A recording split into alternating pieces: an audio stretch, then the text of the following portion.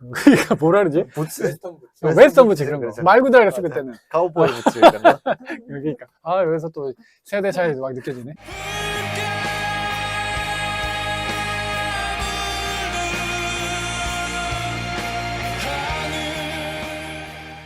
강의를 해오시면서 제자들이 활동하는 모습을 보는 마음은 어떠세요? 대견하고 그런 보람차고 이런 것도 있고, 이쪽 바닥 돈도 안 되는 이런 바닥에 와가지고 자기 음악 하겠다고 와가지고 하는 친구들이 어느 정도 성과를 내면서 앨범도 내고 공연장에서도 만나고 하면은 아까 얘기한 것처럼 이 빛나는 스타가 되고 그 스타의 옆에 있는 조력자인데 내가 뭔가 이 친구들한테 그래도 뭔가 도움이 된 게 있을까 뭐 이런 생각 들기도 하고 그랬지. 그래서 되게 잘 되면 기분 좋은 일이고, 사실 이제 나는 이제 뭐 이제 나는 끝나가지고 나는 내리받기, 이제 제자들과 후배들이 잘 돼가지고 뭔가 도움을 줄 수 있으면, 그런 생각을 오히려 요즘엔 더 많이 하게 되지. 요즘 가끔 이제 직접적으로 막 도움을 막 주는 친구들도 있고, 직접적인 거라면 이제 믹싱이나 마스터링, 음악 작업 자체를 좀 도와주는 제자들도 있는데, 그런 제자들은 더 내일같이 느껴지는 것도 있지. 하다못해 손을 직접 대니까. 그렇지, 내가 좀 뭔가 잘못 건드려서 이 친구가 잘못되진 않을까 하는 약간 그 노파심 같은 노심초사하는 그런 것도 생기고, 약간 아이들 이렇게 거느리는 이런 엄마 아빠 같은 그런 느낌이 들기도 하지. 이렇게 제자들이, 후배들 이렇게 케어하고 하면. 시대가 많이 바뀌어가지고 이제는 밴드 음악 하겠다는 애들은 거의 없기 때문에 밴드 음악을 떠나서 자기 음악을 하겠다는 애들도 장르 불문하고 많이 없고, 있어도 이제 대부분이 힙합. 고등학생 때 조금 미디 프로그램 만들고 뭐 좀 해보고 왔어요 그러면은 이제 대부분 비트메이킹 했다고. 이제 옛날처럼 캐릭터가 분명해가지고 이런 친구들이 옛날 비해서 많이 없는 거야. 뭐 내가 만나는 친구들이 한정적이어서 그런지 모르겠는데, 이제 그래서 그 친구들을 약간 이렇게 얘기를 많이 해주면서 자기의 분야를 잘 찾아갈 수 있게, 이제 나는 이제 그런 걸 도와주는 게 내 일이 아닌가.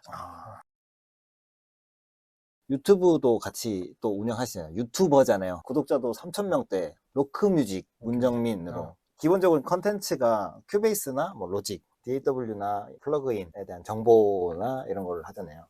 유튜브를 하게 된 계기 같은 거나 이런 거 좀 설명해 주세요. 유튜브는 사실 계기는 학생들을 레슨하면서 뭐 느낀 게 뭐냐면, 매 학기 질문이 똑같아. 막히는 부분과 하는 질문들이 비슷비슷한 거를 되게 경험을 많이 하다 보니, 이거 영상 하나를 만들어 놓고 뭐 물어보면은 이제 이거 보고 복습해, 이런 느낌으로 이제 했으면 좋겠다는 생각으로 만들기 시작한 거예요. 아카이브 같은 느낌으로. 그렇지. 학교에서 레슨도 있고 개인적으로 하는 레슨도 있고, 다 비슷비슷한 걸 물어보고 비슷비슷한 걸 어려워하니까 이런 것들부터 내가 유튜브에 하나씩 올려놓으면, 그러니까 나하고 아무 관련이 없는 사람도 막히는 부분이 다 비슷비슷해 사람들이니까 맞아요. 검색해서 보고 이렇게 풀어갈 수 있겠구나, 이게 사람들한테 그래도 좀 도움이 되겠구나라는 생각으로 했고, 옛날엔 블로그 같은 걸 좀 했었거든. 그건 이제 기타 관련된 거였어. 그랬는데 글로만 되어 있다 보니까 막 사진 같은 것들을 막 첨부해야 되고 시간이 진짜 오래 걸리는 것도 있고, 아무래도 유튜브는 광고 수익이 있잖아. 그렇죠. 블로그의 수익보다는 유튜브가 더 나고 하니까 그치. 기왕 똑같은 시간 들여서 고생할 거 유튜브에 올려야겠다라고 해가지고 다시 시작한 거고,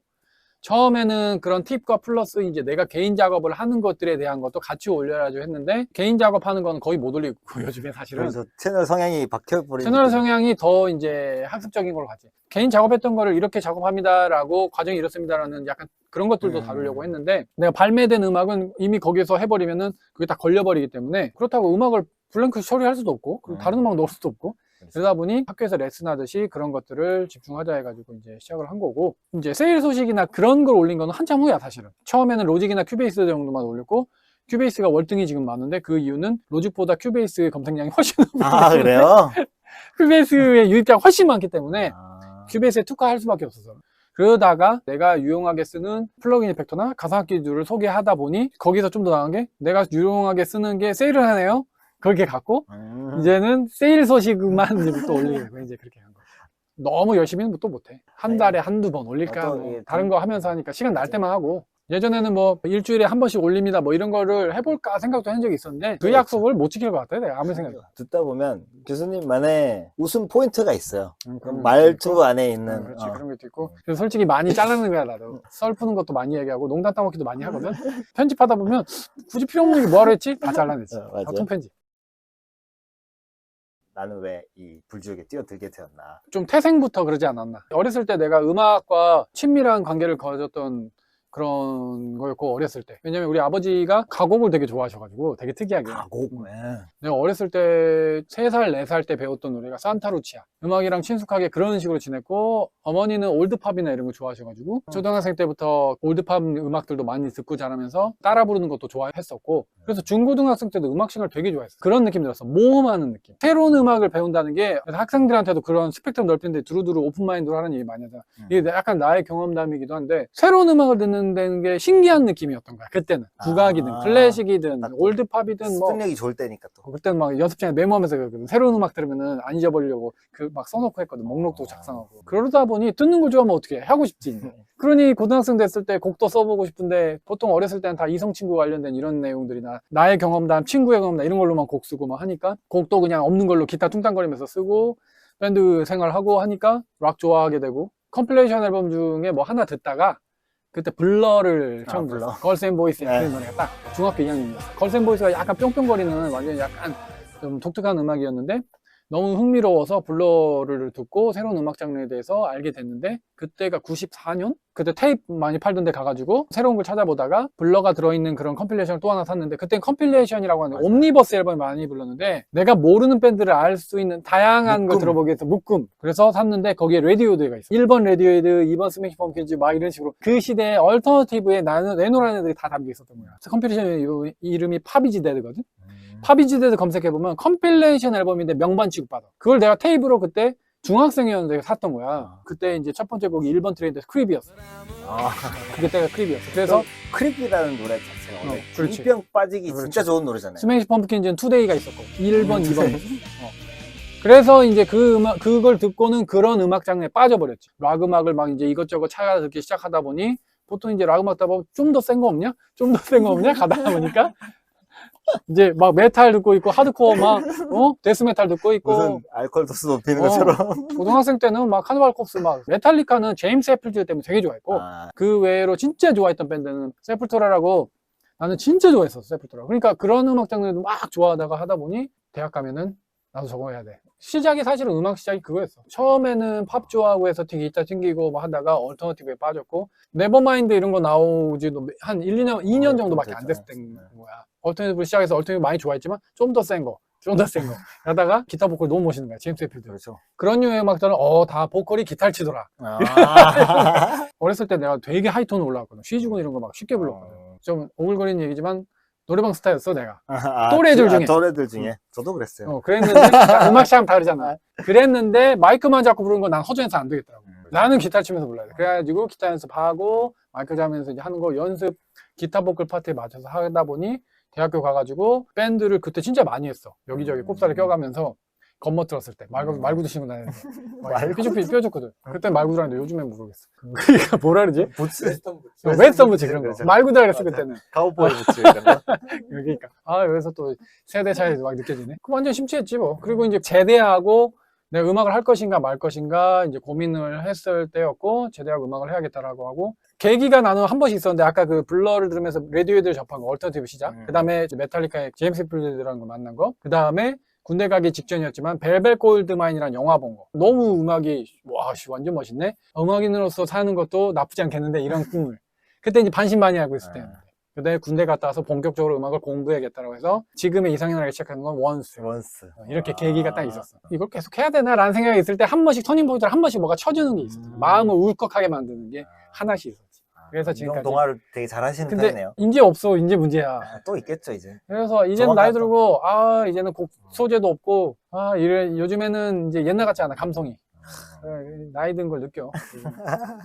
근데 듣다 보니까 그런 센 음악을 하셨던 거를 상상하니까 약간 상상이 안 가서. 그렇지. 그러니까 지금 와서는 다 그렇게 느끼지만 반대로 얘기하면 이상의 날개 같은 이런 음악을 내가 어린 시절에 내가 이런 음악을 할지는 나도 꿈에도 생각해 본 적이 없어. 정말로. 그렇게 돼요. 어렸을 때는 막 그라울링하고 막 이랬거든. 그라울링하고 내가 되도 않는 그라울링만 하고. 근데 내가 기타 보컬 파트는 조금 욕심이 있어도 연습 되게 많이 했어.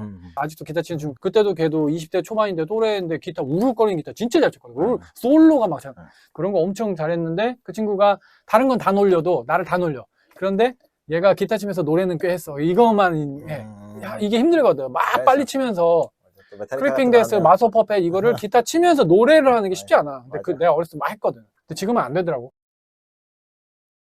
음악 추천을 하나 해주세요. 그러니까 이 음악은 한번 들어봤으면 좋겠다라고 하는 거. 이상의 날개 노래 중에 하나 추천해 주셔도 돼요. 다 내 음악이지만 가장 추천할 수 있는 거. 붉은 하늘. 붉은 하늘. 전체적인 이상의 날개에서 내가 투영하고 싶은 많은 그 상념들이 그 한 곡에 많이 집착되어 있다고 생각이 들고, 그 붉은 하늘에서 느꼈던 감정에 파생돼가지고 이 집이 나온 거야.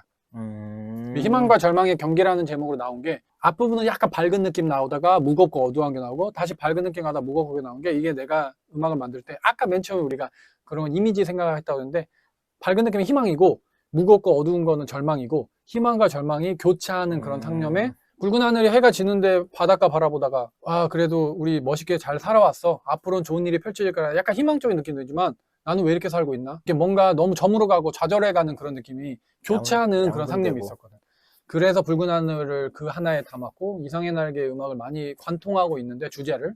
근데 그 주제를 가지고 이 집이 나온 거지. 앨범 제목을 고민을 진짜 많이 했어. 멤버들이랑 얘기 많이 하고. 근데 희망과 절망의 경계라고 붙일 수밖에 없더라고. 그래서 최종적으로 앨범 제목을 붙여서 나왔지. 그 노래가 1집과 2집을 연결하는 그렇지, 포인트가 매개체. 됐네요. 솔직히 내 개인적인 계획으로 3개의 트릴로지를 만들려고 하는 계획이 있어. 네. 1집, 2집, 이제 3개의 트릴로지까지 해서 대미를 약간 장식하는 더 큰 주제로 갈까 이제 하고 있는데, 1집은 사람과 인연과 우리의 만난 사람과 사람 사이에도 우리 안에 뭔가 얽히고 설긴 우주가 있다라는 생각으로 약간 큰 의미로 갖고, 2집은 그거에서 붉은 하늘이나 이렇게 인연 사이에서 그 개인 하나로 집중해가지고 개인 하나의 머릿속에서나 추억이나 이런 데서 얽혀있는 사람과 만남들, 추억들, 나의 고민들, 이런 것들이 2집으로 약간 풀어낸 거였고, 3집은 좀 더 이제 큰 주제를 할까 이제 생각을 해서 하고 있지. 그래서 한 10년 후에 나올 줄 모르겠지만 어쨌든 대미를 트릴로지로 장식하면 좋겠다. 그래서 1집도 2장짜리, 2집도 2장짜리, 3집도 어쩔 수 없이 2장짜리로 가야 되나? 이 생각을 하고 있지. 3집만 한 장짜리 모양이 빠져. 그 약간 그래서 뭔가 이렇게. 변화를 줄 만한 어떤 포인트를 준 것도 괜찮을 것 같아요. 그래서 또 이제 또 고민해야지. 근데 확실히 제가 방금 이 앨범에 대한 그런 주제나 연결고리 뭐 이런 얘기를 듣고 하니까 교수님 약간 아티스트시네요. 예술가 같은 느낌을 받았어요. 그래서 행노잼이지. 그렇게 가면 행노잼이거든. 그러니까 노래가 쓸데없이 진지하고 깊으면 사람들이 아 감상하는 거여서 이제 락페나 어디 이런 데 불러주질 않는 거야. 얘네 음악은 뛰어놀고 싶은데 어떻게 뛰어놀 수가 없잖아. 그런데 그래도 우리 안에도 에너지가 있으니, 대만 공연 갔을 때 밤에 한번 했었는데 그때 되게 좋았어 진짜. 네. 한국에서 해야 되는데 대만 와가지고 야외공 처음 해봤는데 대만에서 해봤어. 확실히 근데 밤에 잘 어울려요 음악이. 그렇더라고. 그때 팍이랑 그때도 같이 가는데, 그 팍 대인이 형이 와, 야, 너네 음악 시작하니까 사람들이 막 오더라 하는 거야. 그래서 진짜 잘 어울렸다고. 그 형이 칭찬 거의 안 하는데 우리 막 진짜 우리 형을 또 별로 좋아하지도 않아. 자기 취향 아니라고. 아, 내 취향은 아니야. 맨날 이러거든 그 형이. 그때는 되게 우리한테 막 칭찬해줬어. 1집 자체가 또 제작비가 많이 들어갔잖아요. 엄청 들어갔지. 그때 소속사 있을 때가지고 그러니까. 우리 돈 썼으면 그렇게 안 넣었지. 정말 근검절약하면서 했겠지만 맞아요. 소속사에서 이제 지원해주니까 그냥 했지. 앞으로 목표 같은 걸 한번 얘기해 주실 수 있을까요? 목표는 좀 행노잼일 수 있는데 하나씩 읊어볼게요. 인생의 목표는 유유자적과 안빈낙보고, 정말 좀 나이 먹으면 조용한 데 가가지고 그냥 세월한 애월하면서 살고 싶은 게 약간 배짱이처럼 꿈이 인생의 하나? 목표고, 단기적인 목표는 이제 이상의 날개가 락페나 해외 공연이나 이런 식으로 이제 좀 대형 무대에 서고 싶은 거, 그리고 이제 조금 장기로 봤으면 3집을 좀 잘 만들어 보고 싶은 거, 그리고 개인적으로는 솔로 앨범 같은 걸 하나 이제 제작해 보려고 하고 있어요. 이상의 날개 밴드 합주하면서 까인 곡도 좀 있고, 멤버들이 뭐 이건 곡이 뭐 이런 그런 거는 그러면 이거는 내가 개인적으로 해야겠네 뭐 이제 이런 것도 있고, 이상의 날개에서 보여줄 수 없는 음악들의 스타일이나 이상의 날개는 앨범에 들어가기에 조금 그런 것들을 제가 만들어 놓은 것들이 좀 있어서, 그런 음악들을 묶어서 개인 솔로 음반으로 하면 좋겠다 이런 생각이 들어서, 약간 장르로 얘기하면 약간 드림팝 스타일. 원래 그런 걸 좋아하니까 어렸을 때부터 나 앰비언트에 강했어. 그래서 스케일이 다 있는 음악을 하시는구나. 약간 좀 젖어 있어 이렇게 음악에 좀 웻하게. 웻해. 음악이 웻하고 앰비언트 감인데, 이상의 날개는 조금 밴드적이고 좀 이렇게 서사적이라면 솔로를 할 거는 좀 더 팝적인 거 좀 더 해보는 게 개인적인 목표고, 좀 인간적인 측면에서는 이제 좀 바른 사람이 되자. 바르시잖아요. 그렇게 살려고 노력하고 있지. 뭔가 이제 정신이 좀 올바르게 똑바른 사람으로 살자. 그런 게 좀 삶의 좌우명 같은 것 중에 하나? 그래서 확실히 제가 저번에 힘들었을 때 연락드려서 그냥 얘기를 나누는 것만으로도 의지가 되고, 약간 그런 사람이 사실 이제 많지 않거든요. 근데 선생님이시니까. 근데 선생님이랑 떠나서 음악이라는 길을 걸 거면 우리는 선후배고 앞서 걸었냐 조금 뒤에 따라 걸었냐 이런 거기 때문에 또 내가 약간 멘탈적인 측면이나 이야기로서 작은 도움이 된다면 나도 기쁜 일이야. 내가 단순히 얘기해 주는 것뿐만 아니라 그 얘기는 곧 내가 내 스스로 하게 하는 얘기나 다름없어. 얘기해주면서 나도 위로를 받는 거야, 서로. 그리고 내가 작은 도움이 됐다는 사실이 내가 인생을 똑바르게 살고 있다라는 자긍심이 또 느껴지기도 하기 때문에 나는 언제든지 오케이. 얘기하는 거 좋아해. 나는 그런 얘기들. 나누는 것. 경험했던 거나 이런 생각했던 것들을 얘기해서 조금 마음이 좀 풀어질 수 있고 더 좋은 방향을 찾아갈 수 있다면 너무 좋은 일. 확실히 그때를 기준으로 저도 좀 많이 바뀌었어요. 그때는 뭘 해야 되나 잘 되니. 하다가 유튜브도 시작했고요. 조만간 솔로 앨범도 그렇지. 나옵니다. 그래서 그런 측면으로 내가 이것도 가진 거야. 그래서 사실은 어저께도 뭐 인스타그램이나 이런 것도 올리고 했지만 궁극적인 이유는 너 거 찾다가 찾은 거야. 아, 그래요? 이게 상본이 걸 내가 어디다 뒀더라. 언젠가 상본이 걸 내가 어디 챙겨놨었는데 해가지고 막 내가 막 모아놓은 거 학교 자리에서 모아놓은 걸 막 뒤졌어. 너도 나중에 후배들이나 누가 그랬으면 너도 나눠줄 수 있으면 내리물림이야. 진짜 내리사랑이야. 이런 것들. 졸업한 제자들이나 이제 현재 가르치고 있는 제자들한테 인생의 선배로서 전하고 싶은 말이 있으시다면 저는 이 얘기를 많이 해요. 그러니까 느리게 걷는 거. 왜냐면 제 인생도 그렇게 많이 얘기하거든요. 상업적인 성공이나 아니면 뭔가 유명세를 얻고자 하는 사람들이라면 어떨지 모르겠는데 자기 음악을 한다는 상황, 느리게 걷되 꾸준히 앞으로만 가면 된다. 이런 얘기 많이 하고 싶어요. 그러니까 제 경험상으로 제가 대중음악상을 2017년에 받았는데 제가 그때 얘기했던 게 야 나는 여기까지 오는데 17년이 걸렸다 이런 얘기했는데 대중음악상이란 목표가 완전히 잡을 수 없는 거라고 나는 생각했었는데 내 인생에 이런 일이 있을까 생각조차 해본 적이 없었는데 처음 받게 되는 그 순간까지 그만두지 않고 내가 뭐라도 해보겠다고 그냥 이 동아줄을 붙잡고 왔다는 게 저 스스로도 수고했구나 이런 생각도 들더라고요. 그래서 제가 뭐 큰 상업적인 성공을 거두거나 뭐 유명세를 얻거나 그러지 못했지만 자기 음악을 열심히 해보고 노력하는 친구들한테 느려도 괜찮고 힘들 때는 쉬었다 가도 괜찮다. 근데 꾸준히 앞으로만 조금씩 한 걸음 한 걸음 걸어가라. 저는 그런 얘기 맨날 해줘요. 이번에도 늘 그렇지만 맨날 그 얘기 해주고 싶네요.